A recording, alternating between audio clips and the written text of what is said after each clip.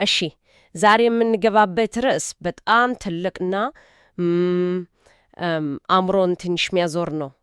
ፈጣሪ ራሱ ፍጡር ሲሆን ስለሚፈጠረው ነገር በጣም በእጃችን ላይ ያሉት ጽሑፎች ከዮሐንስ ወንጌል፣ ከጳውሎስ የቆላስይስ መልእክትና ያው እነዚህን ጥቅሶች በሰፊው የሚያበራሩ አንዳንድ ትንታኔዎች ናቸው።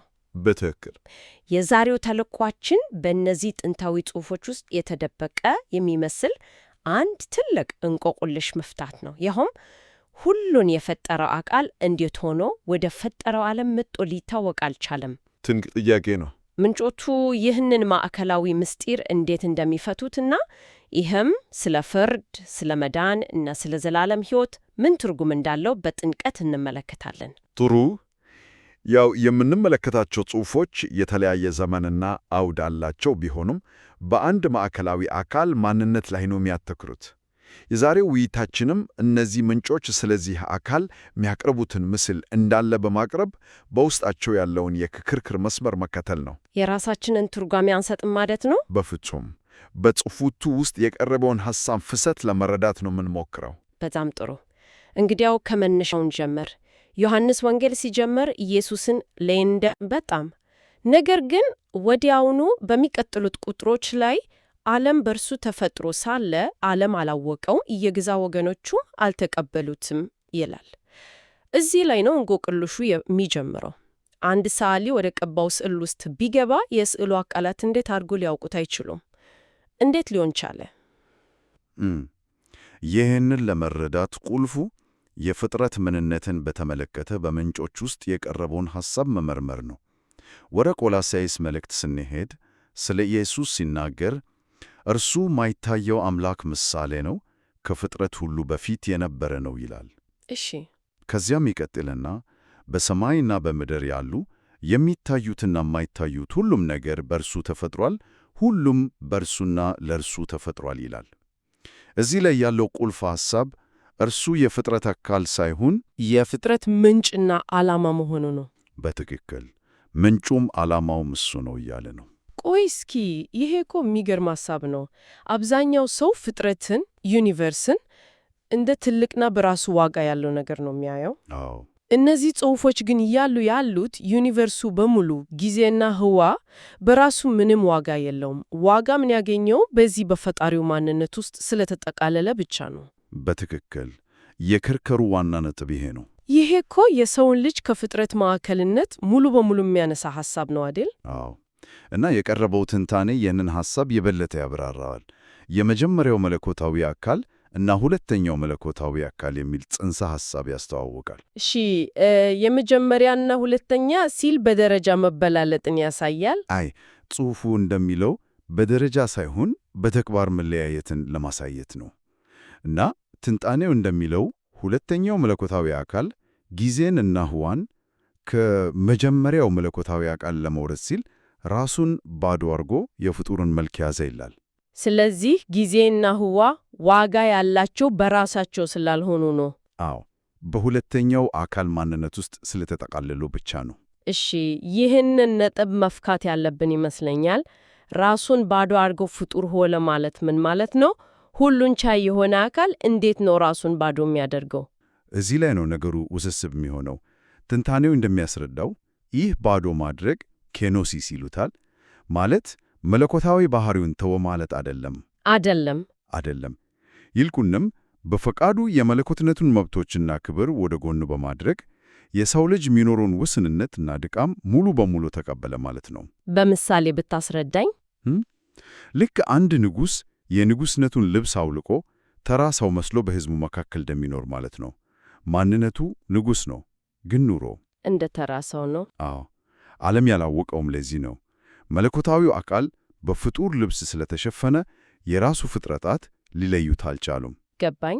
ስለዚህ ፈጣሪው ራሱ ፍጡራንን ለመግዛትና ለመፍረድ ሲል የፍጡርን ቦታ ያዘ ማለት ነው። በትክክል። ይሄ ደግሞ የፍርድን ሐሳብ ሙሉ በሙሉ ይቀይረዋል አይደል? እንዴት? ምክንያቱም አሁን ፈራጁ ከሩቅ ሆኖ የሚፈርድ ሳይሆን በመካከላቸው የኖረ የእነርሱን ሕይወት የተረዳ አካል ነው ማለት ነው። ፍጹም ትክክል። ጽሑፎቹ የሚያመለክቱት ይህንን ነው። የፍርድ ሥልጣን ሙሉ በሙሉ ለእርሱ የተሰጠውም ለዚህ ነው ይላሉ።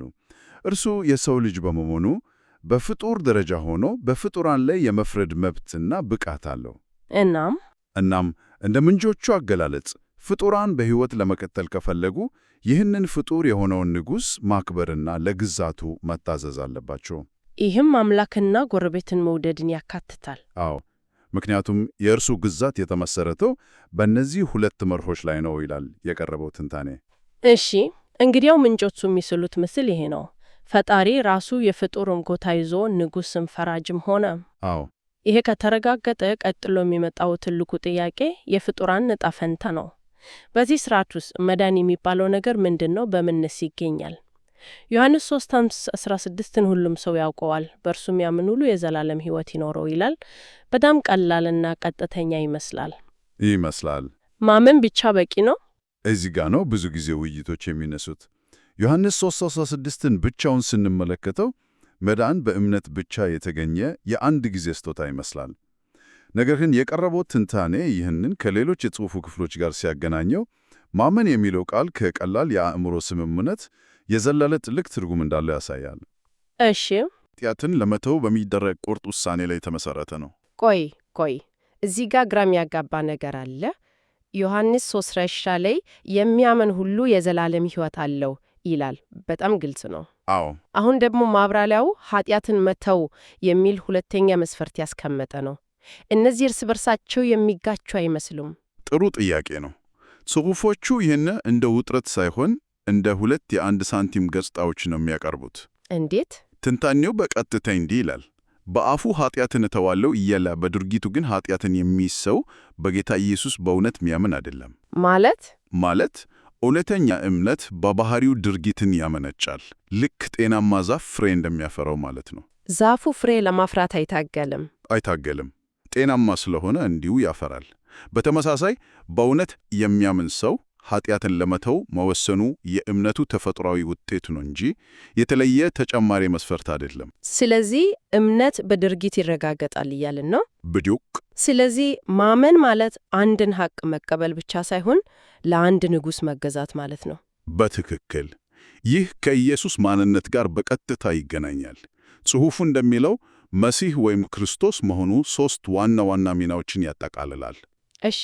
አንደኛ ነቢይ ነው። ይህ ማለት እውነትን ያስተምራል፣ ያውጃል።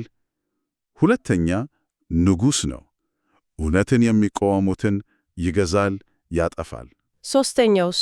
ሦስተኛ ካህን ነው። ወደ እውነት ለሚመለሱና ንስሐ ለሚገቡ ሰዎች የኃጢአት ስርየትን እና ምሕረትን ይሰጣል። ስለዚህ በእርሱ ማመን ማለት እነዚህን 3ቱንም ሚናዎች መቀበል ማለት ነው? አዎ። እውነትን ከእርሱ ለመማር፣ ለንግሥናው ለመገዛት እና በክህነቱ በሚገኘው ምሕረት ለመታመን። ኃጢአትን አጥብቆ መያዝ ግን ለንግሥናው አልገዛው ማለት ስለሆነ ከእውነተኛ እምነት ጋር ይጋጫል። በዲዮቅ። እሺ፣ ታዲያ ይህ እምነት እውነተኛ ስለመሆኑ የመጨረሻው ማረጋገጫ መቼና እንዴት ነው የሚታወቀው? በጌታ ስም ብዙ ነገር አድርገናል የሚሉ ሰዎች እንኳን ውድቅ እንደሚደረጉ የሚገልጹ ክፍሎች አሉ አይደል? አዎ። እዚህ ላይ ነው ታላቁ ነጭ ዙፋን ፍርድ የሚለው ጽንሰ ሐሳብ ወደ ስዕሉ የሚገባው።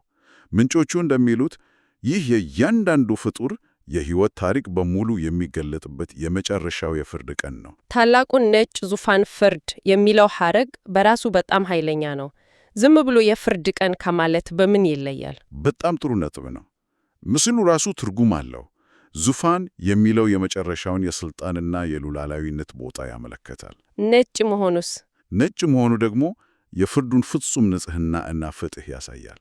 ምንም የሚደበቅ ነገር የለም። ምንም አድሎ የለም። ሁሉም ነገር ግልጽ ይሆናል ማለት ነው። አዎ፣ ልክ ግል ማስታወሻ ደብተርሽ ወይም የስልክሽ ታሪክ በሕዝብ ፊት እንደሚነበብ አስቢው። ምንም የተደበቀ ነገር አይኖርም። ዋው! እና ትንታኔው እንደሚለው አንድ ሰው በሕይወት ዘመኑ ንስሐ ገብቻለሁ እያለ ሌሎችን መበደሉን ከቀጠለ ያ ድርጊቱ የእምነቱን ሐሰተኝነት ያጋልጣል። እንዲህ ያለ እምነት ከእሳት ባህር አያድንም ይላል። ድርጊት የእምነት የመጨረሻ ማረጋገጫ የሚሆነው እዚህ ላይ ነው ማለት ነው። በትክክል። ይህ በጣም ከባድ ሐሳብ ነው። የአንድ ጊዜ ውሳኔ ሳይሆን የሕይወት ዘመን ሙሉ ሂደት ነው ማለት ነው። አዎ። ይህም ከአማኞች እና ከኢየሱስ ጋር ስላለው ግንኙነት ወደ ተገለጸበት ክፍል ይመራናል። ጽሑፎቹ ይህንን ግንኙነት ለመግለጽ በጣም ጠንካራ ምሳሌዎች ይጠቀማሉ። ለምሳሌ የሕይወቴ እንጀራ እኔ ነኝ፣ የበጎች በር እኔ ነኝ፣ ትንሣኤና ሕይወት እኔ ነኝ፣ የዓለም ብርሃን እኔ ነኝ። አዎ፣ እነዚህ ዘይቤዎች ምን ያህል ጥልቅ ትርጉም አላቸው! ከዘይቤ የዘለለ የህልውና ጥያቄን የሚመለሱ ሐሳቦች ናቸው። ማብራሪያው እነዚህን በጥልቀት ይተነትናል። ለምሳሌ ሥጋዬን ብሉ ደምንም ጠጡ የሚለውን እንውሰድ።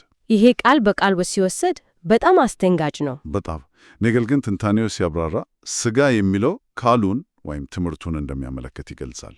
እሺ፣ ልክ ምግብ ሰውነትን እንደሚመግብና ሕይወትን እንደሚሰጡ ሁሉ የእርሱ ቃልም መንፈሳዊ ሕይወትን ይመግባል የሚለውን አሳል ያቀርባል። ደሙን መጣት የሚለውስ? ደሙን መጠጣት ደግሞ ከመንፈስ ቅዱስ ጋር ኅብረት ማድረግን ወይም በእርሱ ሕይወት መካፈልን እንደሚያስረዳ። ስለዚህ መብላትና መጠጣት ማለት ሙሉ በሙሉ በእርሱ ማንነት፣ ትምህርትና መንፈስ ላይ መደገፍ ማለት ነው። ይህ በዮሐንስ ወንጌል ላይ ሰው ከውሃና ከመንፈስ ካልተወለደ በቀር ወደ እግዚአብሔር መንግሥት ሊገባ አይችልም ከሚለው ጋር ይገናኛል ማለት ነው። በትክክል ትንታኔው ሁለቱን ያገናኛቸዋል። ውሃ ውስጠውን ጊዜ ከኀጢአት መንጻትና የእግዚአብሔርን ቃል ያመለከታል። መንፈስ ደግሞ አዲስ ሕይወት የሚሰጠውን የመንፈስ ቅዱስን ሥራ ያመለከታል። ስለዚህ ዳግም መወለድ ማለት በቃሉ እውነት ታጥቦ በመንፈስ ቅዱስ አዲስ ሕይወት ማግኘት ነው። አዎ፣ እና ይህ አዲስ ልደት ደግሞ ወደ እውነተኛ ነጻነት ይመራ። ዮሐንስ ላይ ስለዚህ ወልድ አርነት ቢያወጣችሁ በእውነት አርነት ትወጣላችሁ ይላል። አርነት ወይም ነጻነት ሲል ምን ማለት ነው? ከምን ነው ነጻ መዋጥ? ምንጮቹ እንደሚሉት ይህ ነጻነት በዋናነት ለኃጢአት ባሪያ ከመሆን መላቀቅ ነው። አንድ ሰው ማድረግ ማይፈልገውን መጥፎ ነገር እንዲያደርግ የሚገፋፋውን ውስጣዊ ኃይል ማሸነፍ ማለት ነው። ስለዚህ ግንኙነቱ የሕይወት ምንጭ ከመሆኑም በላይ የባህሪ ለውጥ የሚያመጣና ከውስጣዊ እስራት ነጻ የሚያወጣ ኃይል አለው። ነገር ግን ይህ ግንኙነት በአንድ ነገር ላይ እየተመሰረተ ነው። በምን ላይ? በመታዘዝ ላይ። ግንኙነቱ የሁለትዮሽ መንገድ ነው። ዮሐንስ ላይ በጎቼ ድምፄን ይሰማሉ፣ እኔንም ይከተሉኛል። ይሰማሉና ይከተሉኛል። አዎ፣ እነዚህ ቃላት ወሳኝ ናቸው። መስማት ማለት ማወቅን፣ መከተል ደግሞ መታዘዝን ያሳያል። ምንጮቹ እንደሚሉት ቅዱሳት መጻሕፍት የተሰጡት ሰዎች ኢየሱስን እንዲያውቁትና እንዲታዘዙት ነው።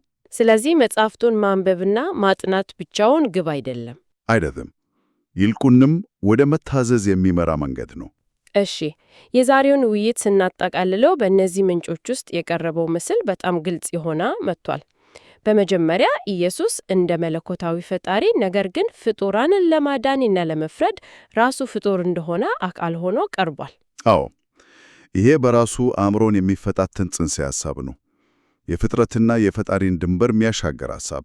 በመቀጠል በእምነትና በድርጊት መካከል የማይነጣጠል ግንኙነት እንዳለ አየን። በጣም እምነት የአንድ ጊዜ የአእምሮ ስምምነት ሳይሆን ለንጉሥ በመገዛትና ኃጢአትን በንቃት በመተው የሚገለጽ የሕይወት ሂደት መሆኑን ተመልክተናል። አዎ፣ በአጭሩ እምነት በድርጊት ይረጋገጣል፣ ድርጊት የሌለው እምነት በፍርድ ቀን ዋጋ የለውም የሚል ጠንካራ መልእክት አለው። በትክክል ጽሑፎቹ የሚያመለክቱት የመጨረሻው ግብ ፍጥሯን የአምላክን ባህሪ እንዲያንጸባርቁ ማድረግ ነው። ለዚህም ነው አምላክ ራሱ ምሳሌ ሆኖ የመጣው። አዎ፣ የማይታየው አምላክ ምሳሌ ሆኖ የመጣው ለዚህ ነው። ፍጡራን ምን መምሰል እንዳለባቸው ለማሳየት ራሱ ምሳሌ ሆነ። እንደ ትንታኔው በመጨረሻው የፍርድ ቀን የሚለየውም ይሄ ነው። የሚቀሩት አምላክን የሚመስሉና ጎረቤቶቻቸውን እንደ ራሳቸው የሚወዱ ፍጡራን ብቻ ይሆናሉ። ሌሎቹስ? ሌሎቹን የሚበድሉና በኃጢአት የሚቀጥሉ ሁሉ በእሳት ባህር ውስጥ ይጣላሉ ይላል። ስለዚህ የመጨረሻው መለያ መስፈርት አንድ ሰው ምን ያህል የአምላክን የፍቅርና የቅድስና ባህሪ በሕይወቱ እንዳንጸባረከ ነው። ፍጹም ትክክል። ይህ በጣም ጥልቅ ሐሳብ ነው። እንግዲያው ለአድማጭ አንድ የመጨረሻ ጥያቄ ትተን እንለያይ። ምንጮቹ እንደሚሉት አምላክ ራሱ የአምላክ ምሳሌ ሆኗል። ይህ ምሳሌም በመስቀል በኩል ለፍጥረት ሁሉ ተገልጧል።